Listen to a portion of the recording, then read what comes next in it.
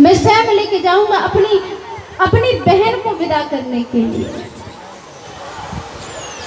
जा ही रहा था तो देवताओं को लगा सब गड़बड़ हो रहा है, सब प्रेम पूर्वक हो जाएगा, फिर भगवान जन्म नहीं लेंगे, ये कभी कंस अच्छा बन जाएगा। तो आकाशवाणी करती है कि अरे मूर्ख, तू जिस बहन को विदा कर रहा है ना, उसी का 8वां पुत्र तुम्हारा काल बनेगा, काल। ये सुनकर कंस एकदम घबरा गया। अभी जिस बहन को विदा करने के लिए जा रहा था, उस बहन के केस को पकड़ के मारने लगा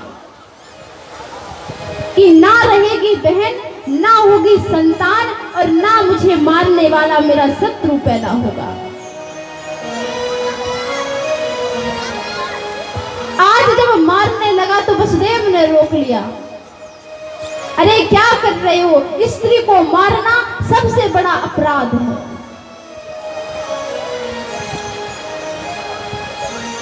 जब वसुदेव ने रोका तो कंस रुक गया, लेकिन रुका कब, जब वसुदेव ने कहा ऐसा करो कि आप मुझे बंदी बना लो और आपको हमारी 8वीं संतान से कष्ट है, आपको दुख है, आपको डर है, तो आप ऐसा करना कि मेरी 8वीं संतान को आप रख लेना, आप ले लेना। कंस को ये बात बढ़िया लगी कि ठीक है, ऐसा ही करते हैं। कंस ने कारागार में उस देवकी को और अपने वसुदेव जो उसके बहुत अच्छे मित्र थे उन्हें डाल दिया। अब यहां पर कहते हैं कि जब प्रथम संतान हुई, प्रथम संतान होने पर वसुदेव ने वो प्रथम संतान कंस के हाथ में सौंप दी।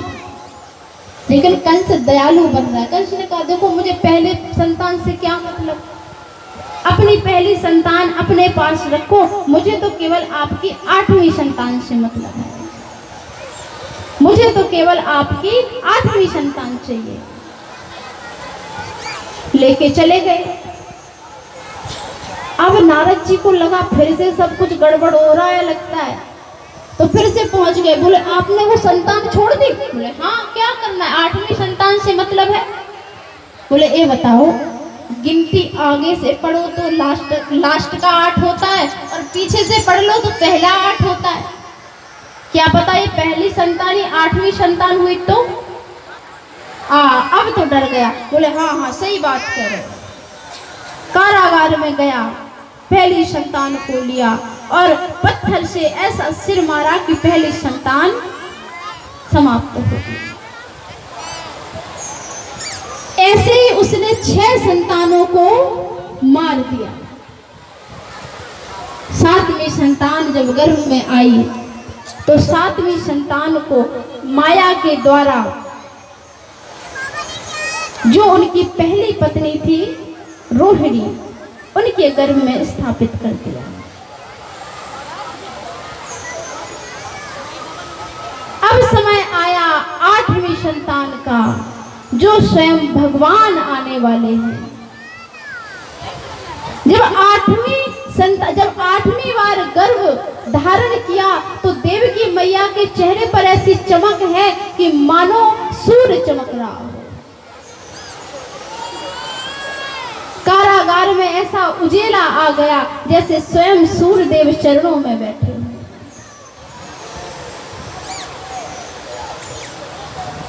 रुख बदल गए, भाव बदल गए, क्योंकि अब तो स्वयं भगवान आने वाले हैं, स्वयं भगवान का जन्म होने वाला है।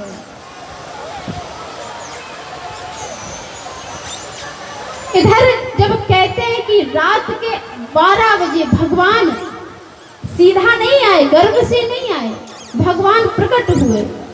प्रकट कृपाला, भगवान प्रकट हुए, भगवान ने जन्म नहीं लिया। भगवान जब प्रकट हुए, देव की मैया उनके चरणों में बैठी है। प्रभु आप आज हमारे गर्भ से जन्म लेने वाले हो। पहले एक बार संकेत दे गए और फिर बोले कि अब मैं जन्म केवल प्रकाश के रूप में भगवान आए। भगवान गर्भ में रहते नहीं, आते जाते बने रहते हैं। एक बार गर्भ रो रहा था, गर्भ बोल रहा था, देखो जो भी कहता है कि गर्भ में आए तो सब गर्भ को दोष देते हैं। तब भगवान ने कहा, एक बार मैं गर्भ में आऊंगा, जब आपके गर्भ का गर्व बढ़ जाएगा, अभिमान बढ़ जाएगा, गरिमा बढ़ जाएगी। आज भगवान आए। भादों की रातें हैं, वर्षा हो रही है, बिजली चमकाइए, अंधियारी रातें हैं। भगवान रात के 12 बजे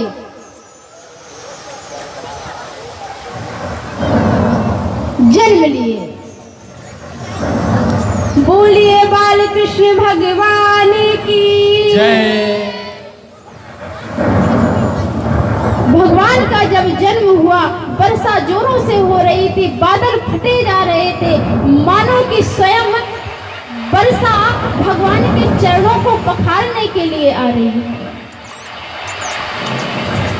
मानो हवाएं भगवान को छूने के लिए आ रही हैं। ऐसी स्थिति बन गई। जैसे ही जन्म लिया, भगवान ने आदेश किया, जाइए और मुझे गोकुल में छोड़ के आइए।